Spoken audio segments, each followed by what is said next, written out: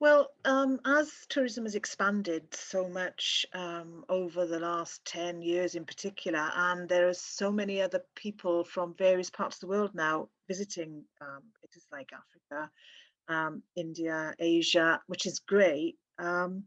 Unfortunately, the level of knowledge about animal welfare in among tourists isn't high. And so when they go to a country where there are maybe, for example, Morocco, where there are Barbary macaques used as photo props for tourists, they're unaware that the macaques have been taken from the wild. And I think most people are just not aware of that horrendous cruelty that is involved in a holiday snap with a primate on your shoulder.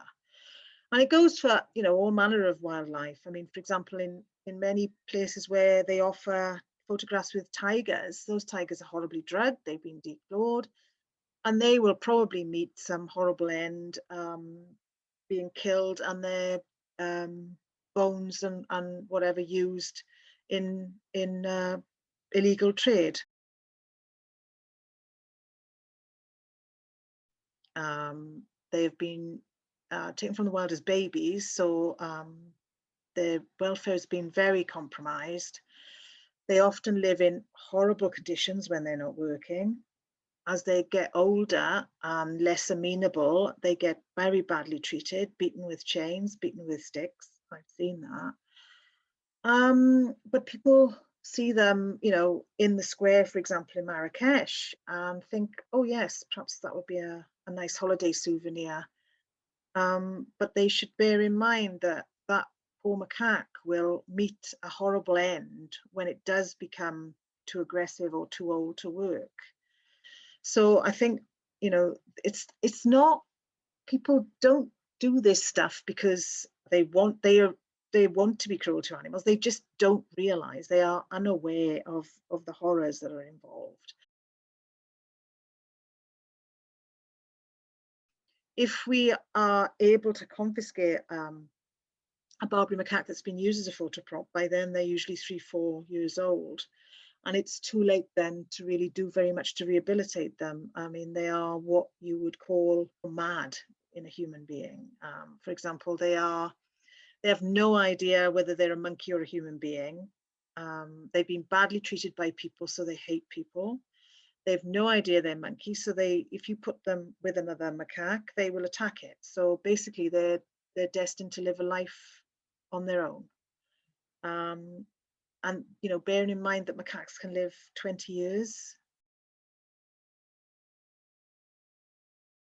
There are, very positive things that come from tourism too. So for example, if you go with a reputable tour company and tour operator and work with people who know all about the area and the primates or whatever wildlife you're going to see, then you can make a huge contribution to the local economy and make sure that those primates that you've been to see, so for example gorillas in Uganda, that those animals are valued by people. They're not a nuisance because they come in and damage the crops that those people need to feed their children.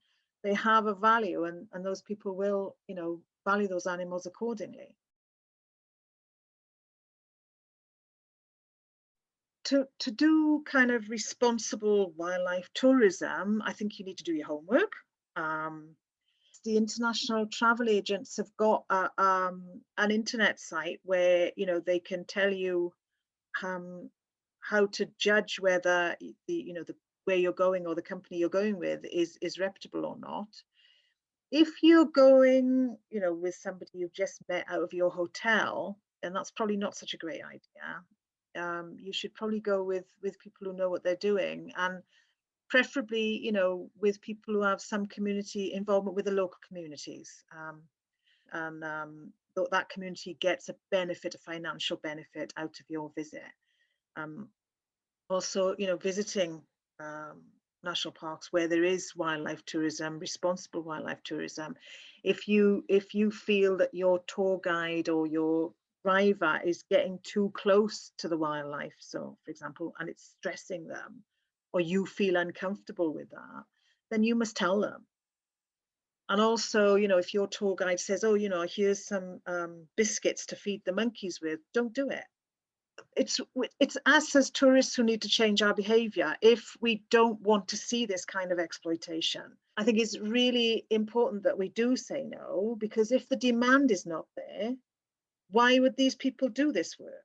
There's no benefit to them. They're not doing it because they like the monkeys or they like the work. They're doing it to earn money. And so if there's no money at the end of it, there's no demand. So if nobody goes and has their photographs taken with a drug tiger, and nobody has their photograph taken with a macaque in the square in Morocco, they just disappear. And also try and make sure that, ascertain if the communities are getting some benefit from your tourist dollars. I think there's always going to be some kind of exploitation of wildlife. I think to not exploit wildlife, you probably have to go, without a car, without other people, just with your binoculars in the forest, and that way you're a field worker, not a tourist. But yeah, I mean, you just have to, I think, inform yourself really, not going blindly, and just assume that just because the tour guide says it's okay, it isn't always.